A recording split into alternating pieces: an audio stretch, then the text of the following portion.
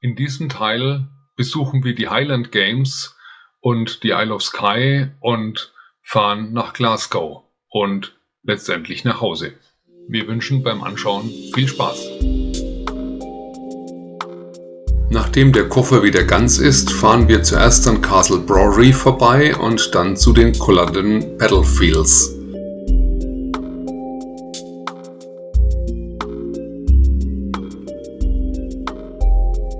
Die Landschaft ist wirklich schön, aber wenn man weiß, wie viel Blut die Erde gesehen hat, stimmt einen das richtig traurig.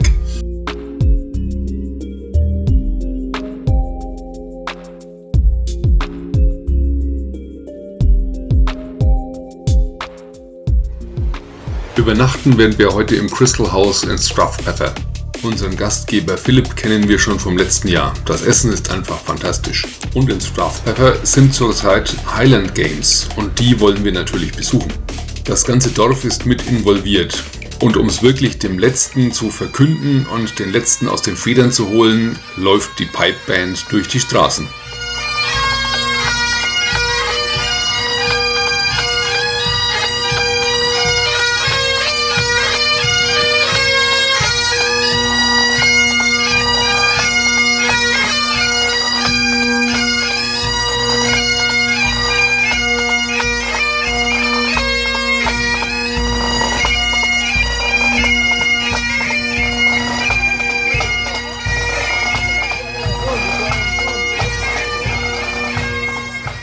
Der Austragungsort ist der lokale Sportplatz und hier herrscht ein ziemliches Durcheinander.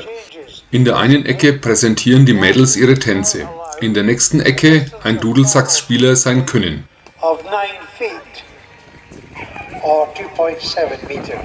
In der Mitte eine Art Hammerwerfen und dann noch der Baumstammweitwurf. Zwischendurch startet noch ein Radrennen und ein Crosslauf. Irgendwann schwirrt uns der Kopf und wir gehen eine Runde spazieren. Irgendwann verlieren wir dann die Route vom Cross-Country-Lauf und kehren wieder zu unserem Quartier zurück. Bei Philipp machen wir dann zusammen mit einem Pärchen, das wir kennengelernt haben, ein kleines Gin-Tasting. Am nächsten Tag verabschieden wir uns und machen kurz Stopp bei Loch Ness. Das Ungeheuer jedoch sehen wir nicht. Im Anschluss fahren wir über den Applecross Pass und nehmen Kurs auf die Isle of Skye. Der Pass ist nur leider nicht nur von Motorradfahrern beliebt und bekannt, sondern auch von Fahrradfahrern und Campern. Die Geschwindigkeit ist also nicht ganz so hoch, dafür können wir die Landschaft wirklich genießen.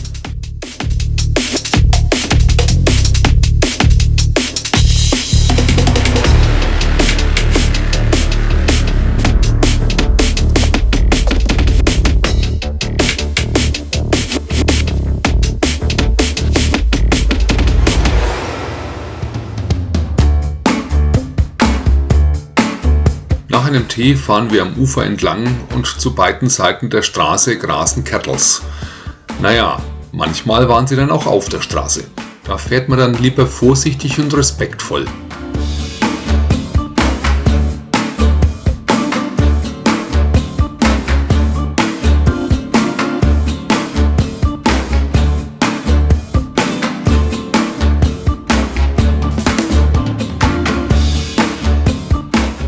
Die Sligachan Campsite kennen wir schon vom letzten Jahr. Gott sei Dank bekommen wir noch einen Platz.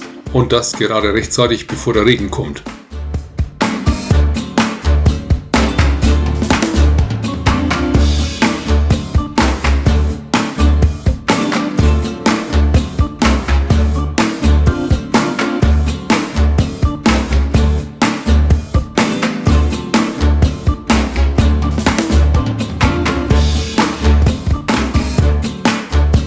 Das Schöne an dem Campingplatz ist, dass bei schlechtem Wetter direkt daneben ein Pub ist. Und darin kann man bei Regenwetter ganz schön versumpfen.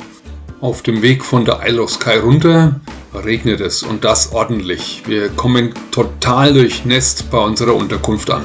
Bei Tea und Scones ist das Wetter schnell wieder vergessen. Am nächsten Tag ist das Wetter nicht sehr viel besser. Wir fahren in Glencoe vorbei und es sieht aus, als würden die Berge das Wasser nur so ausspucken.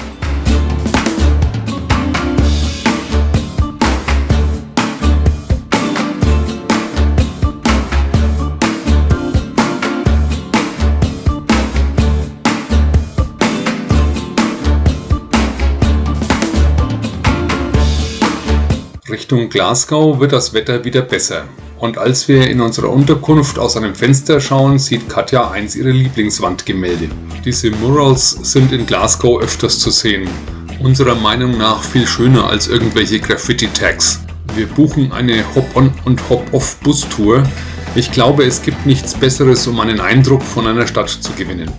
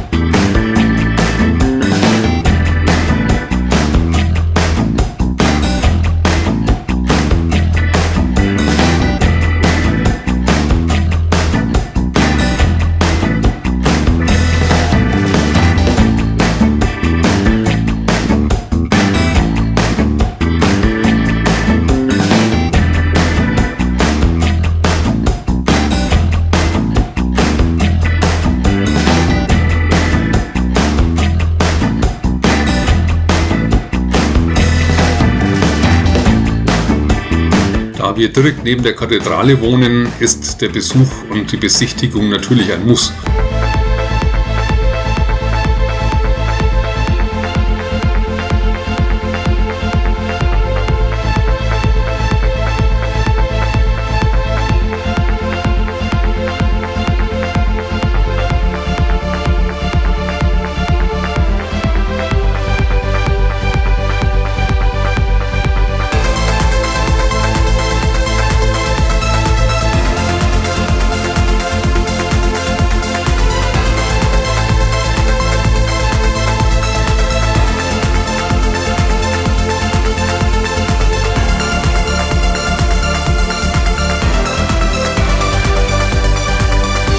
Direkt neben der Kathedrale hat jemand in einer ausgemusterten Policebox einen Kaffeestand. Das ist äußerst fantasievoll und als alte Doctor Who-Fans müssen wir das unbedingt unterstützen.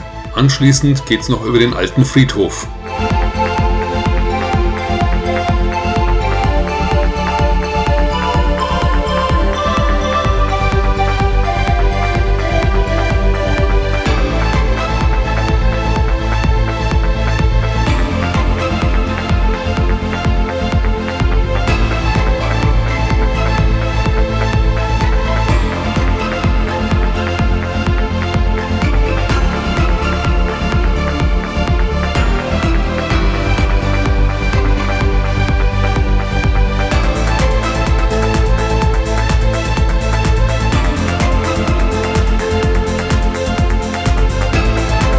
Den Abend sind wir dann im Pub.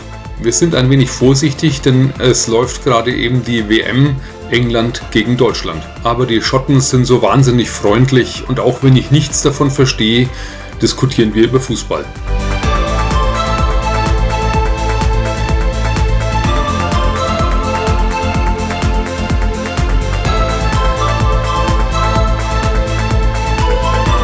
Das Jugendstil-Gemäuer und die Stimmung in dem Pub hat uns so gut gefallen, dass wir unseren letzten Abend dort auch noch verbringen.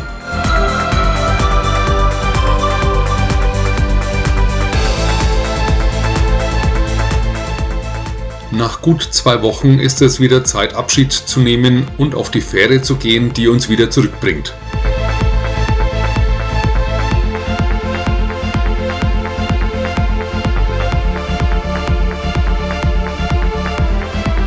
Bei gutem Wetter ergattern wir einen Platz an der Bar am Sonnendeck.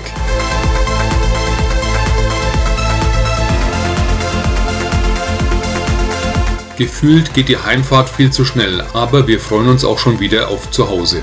Doch bevor wir unser Heim genießen, muss unser Gepäck erstmal ohne Aufzug in den 4. Stock. Naja, irgendwas ist halt immer.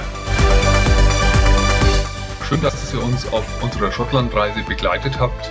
Wenn es euch gefallen hat, dann sehen wir uns vielleicht bei einer unserer nächsten Reisen wieder. Macht's gut und bis bald.